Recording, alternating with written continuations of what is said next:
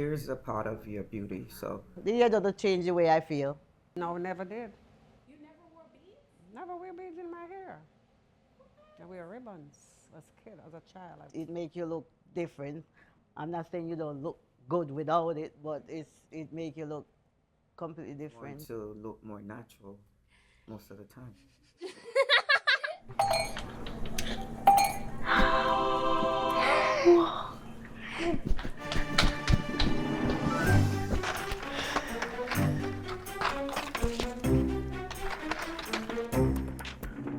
Hey, Tashi, look at this. I'll get two for us. You want one? Card. Let's see. Got this and these. Oh yes, I'll get one too. And I think I'm done. There's more stuff over here. Let's get it. Cool. We should go check what's over there. Okay. Let's go. It's heavy. How do you like your hair usually? How do you style it? I like it in like a little braids and curly twists. And I also like it in little buns. How does your hair look outside of braids? Oh, it looks fine and curly and beautiful. Do you like it as much as you like the braids? No, I just like my hair like myself. My hair like myself, my own style. And I like my own style. So what's your favorite hairstyles to wear? My favorite hairstyle is also like out, like naturally out. But I also like when I straighten my hair because then you can like really see the length of it. It's like really pretty. Have you ever straightened your hair? Yeah, How did you like that? it was nice. I liked it, but I don't think I'm gonna get it straightened again. Why not? Because whenever I straighten it the next day, it doesn't look good. The rest of your life, how would you wear your hair if you could only have it that way for the rest of your life? With braids like Ariel because it looks cute, and I might as well wear the brown one, the other Ariel with lots of braids, like you. I feel good. I like these braids. They look cute on me. I usually get braids because braids make my hair long. Do you not like the braids as much? No, Not that because usually much. when I sleep, it hurts a lot, kind It of. hurts a lot. Especially I can't really put it in ponytails because it just hurts. Cause Yeah. it's stiff. So is that why you prefer to just have it out? Yes. One hairstyle that you could wear forever. What would that hairstyle be? I'll choose when my hair is out because it just makes me feel some way What's that way? special.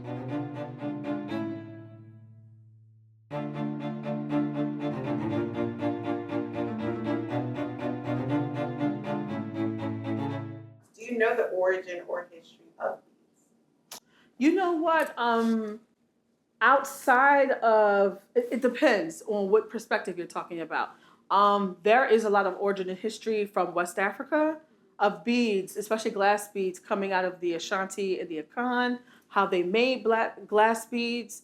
How beads might have been an aspect of currency.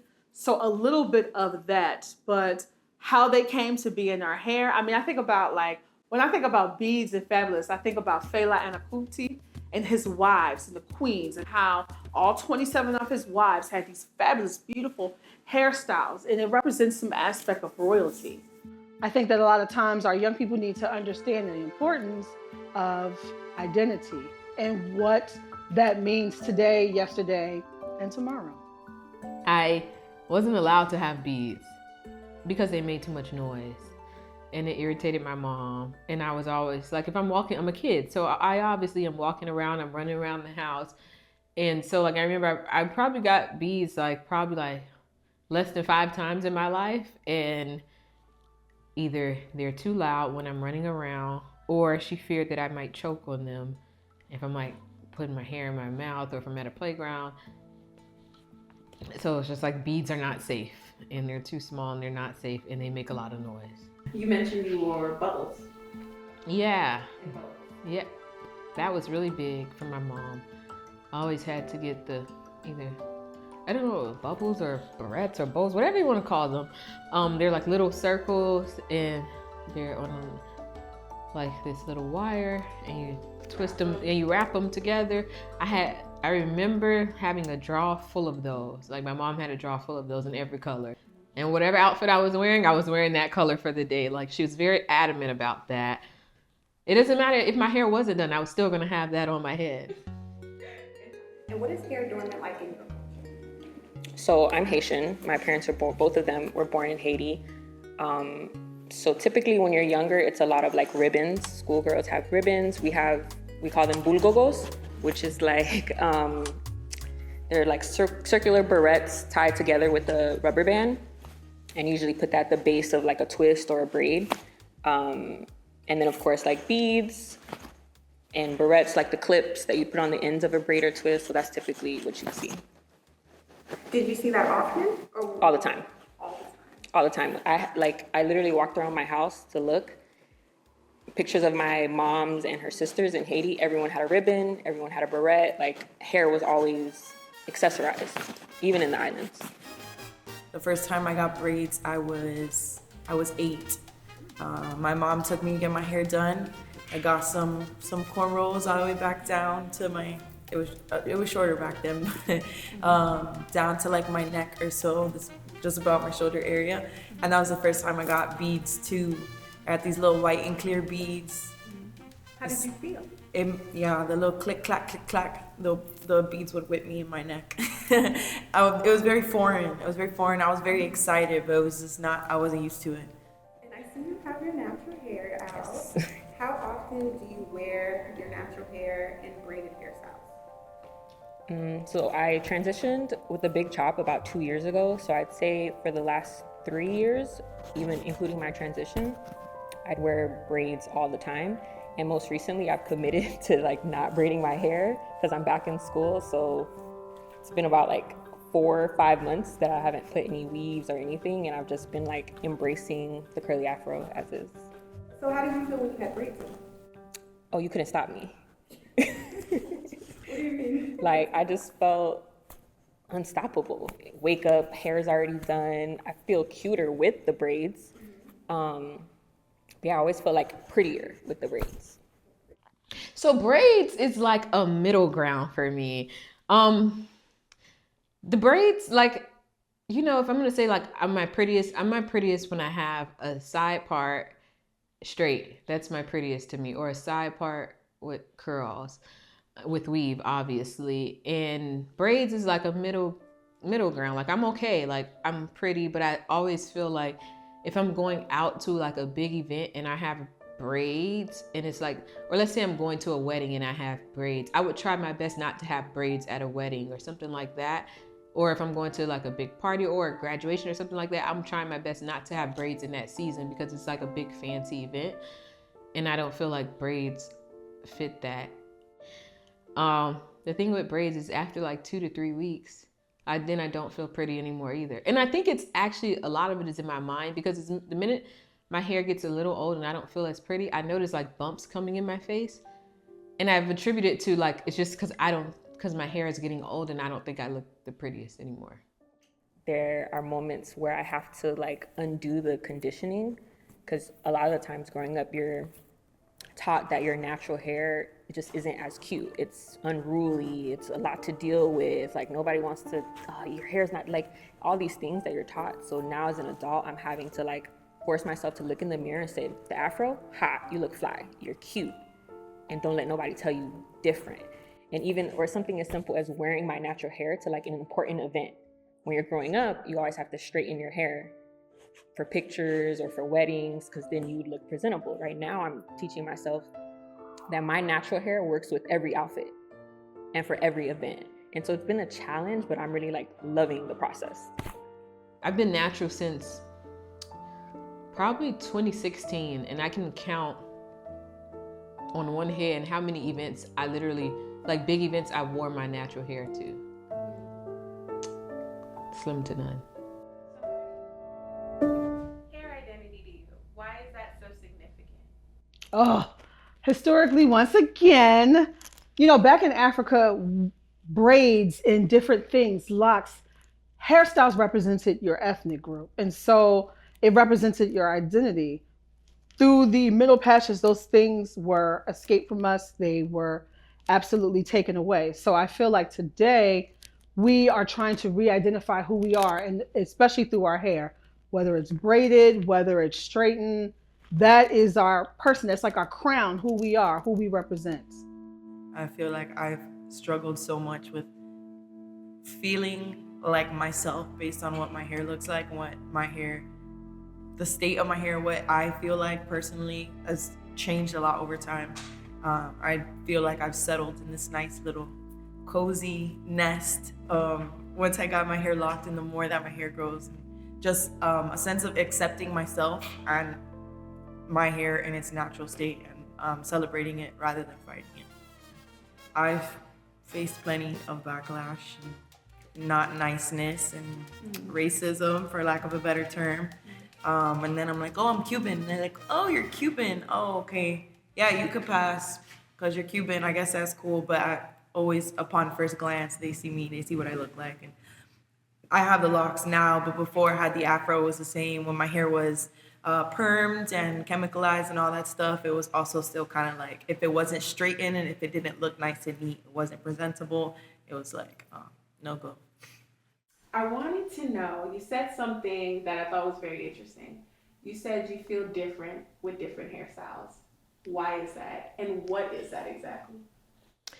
I actually think that depending on how my hair is for the day or for the week determines essentially how my week is going to go, how the responses I'll get from different people, whether I'm at work or whether I'm just going about my day. It also determines where I am going for that week, because if my hair is not done, then maybe I'm not going to certain places, or if I don't think my hair is super done, like to my standards, then I'm not going. Because what is done? What is done to you? This sounds, honestly, to be candid, I feel that my hair is done, and this is not like ideal, but I think this is something that I've learned growing up. It's either, I feel like my hair is done when I either have a weave in or if I have my natural hair and it's pressed out. So when it's not done, I actually have some pretty like visceral feelings. I hate it. When it's like, that in between where it needs to be washed, it's like a little dirty, it's a little matted. I hate it. I feel like I look crazy, and it does affect my self-esteem. Because I just feel like I look unkept or just, I don't know, not cute. But when it's done, I feel, again, powerful, unstoppable. But it's ironic because you should feel the same regardless. How does something like hair have such an impact on how you view yourself? But it does. And it might, if you want to even go back, thinking of like growing up in a Caribbean household, if your hair wasn't done, you look ugly. You can't step out of my house representing me and looking ugly. So I think now that I'm thinking about it, it definitely has a lot to do with how I was raised and how I was taught to view myself and my hair. Do you feel in your profession you're able to preserve your identity freely?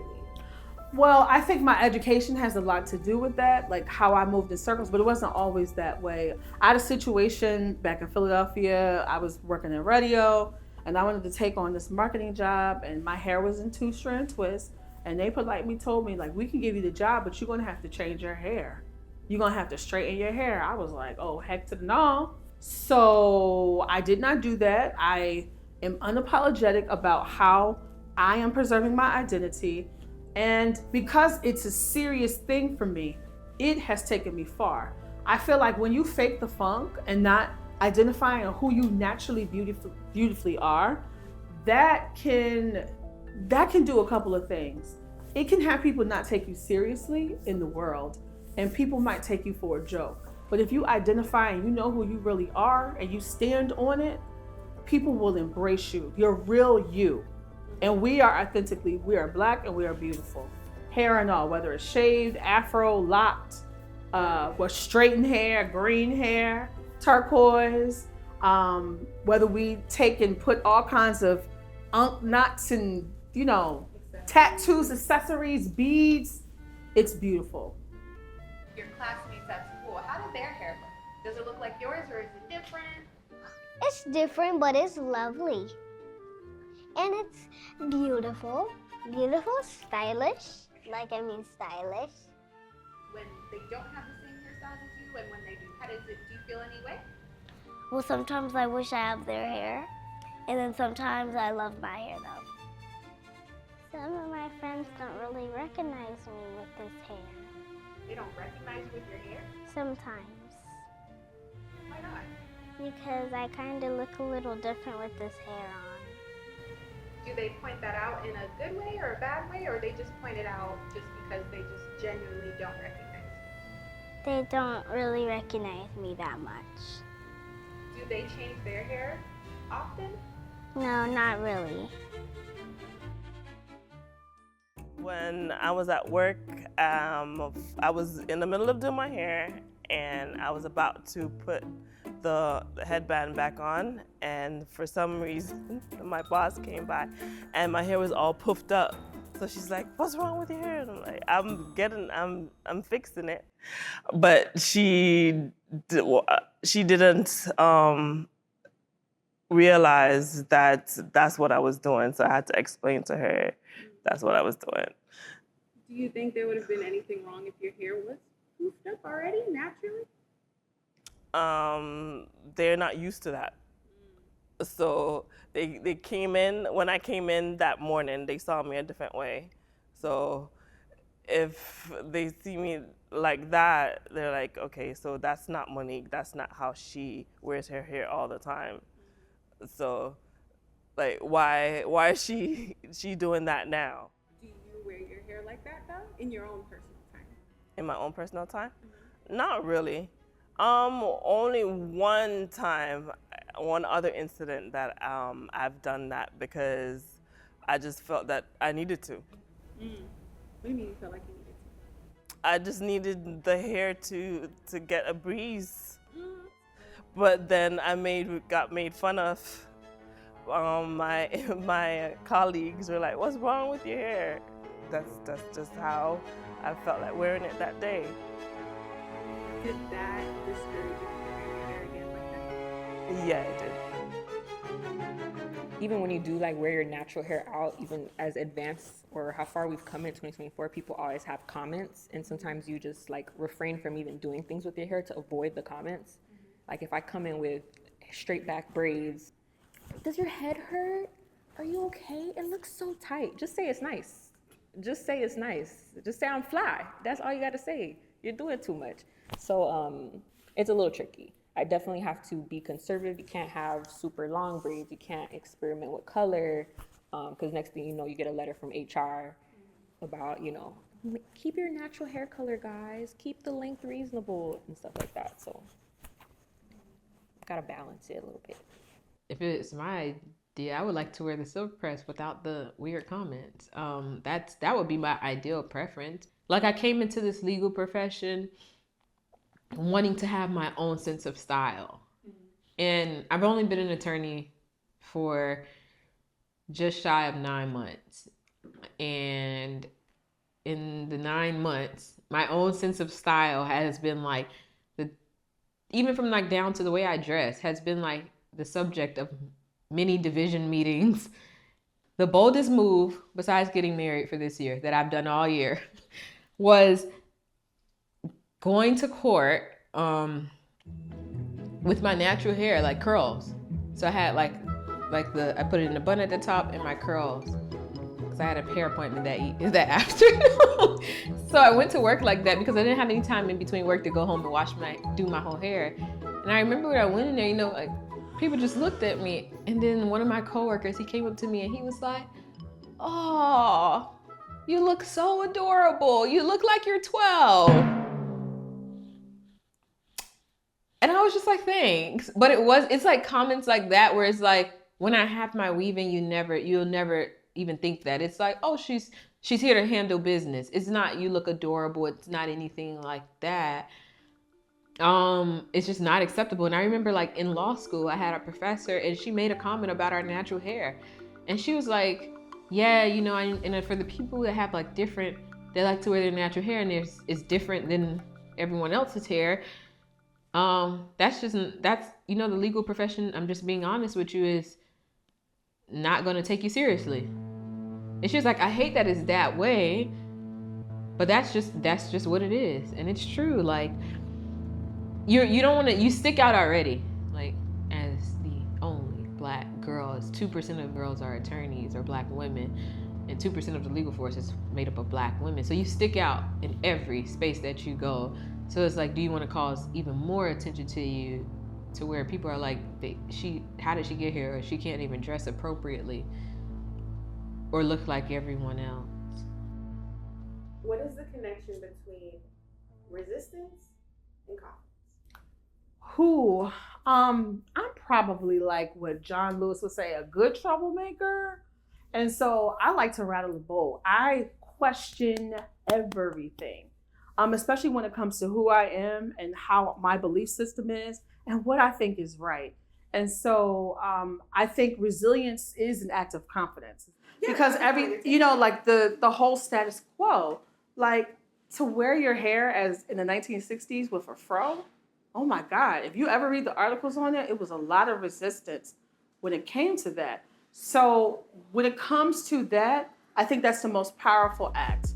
I never conform to what society wants me to do. So pretty much, like I told you, the industry that I work in, I won't get too much into detail, but if you walk in and you see me, you wouldn't expect that I work there.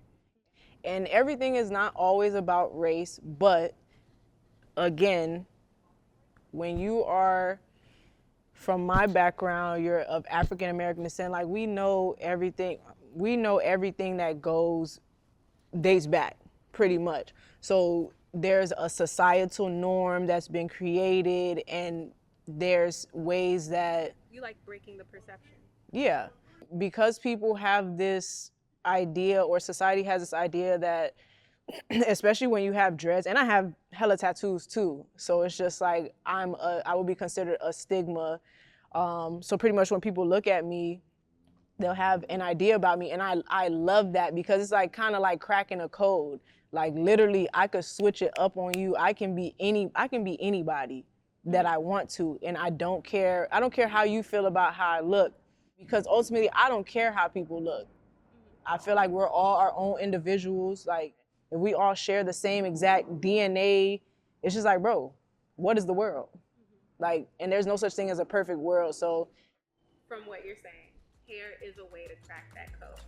yeah, pretty much. Pretty much.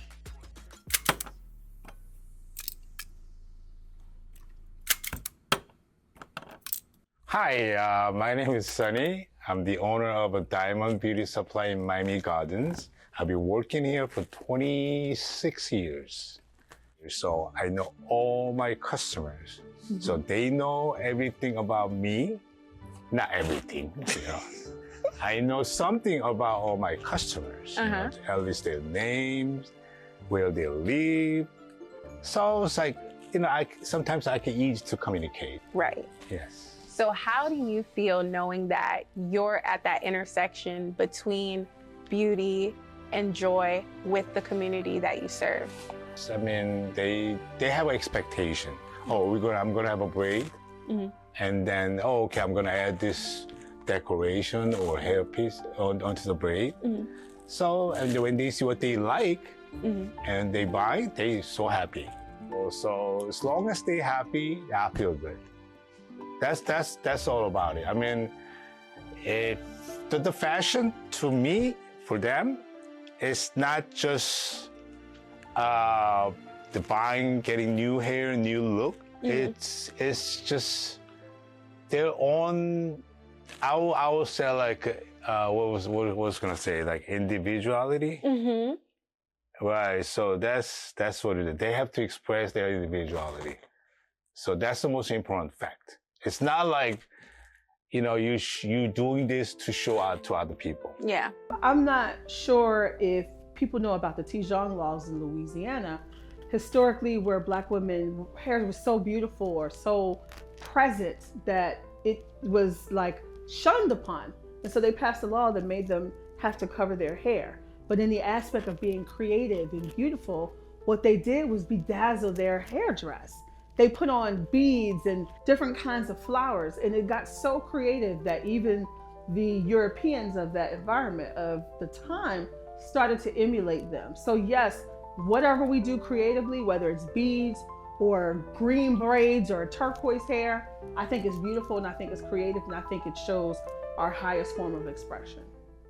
It's a lot of pressure to be a girl, a black girl in America. It is. You have like a lot of standards and stuff. You like yours straight because you said it's really pretty, and then you want yours out because you said it you feel free. Yes.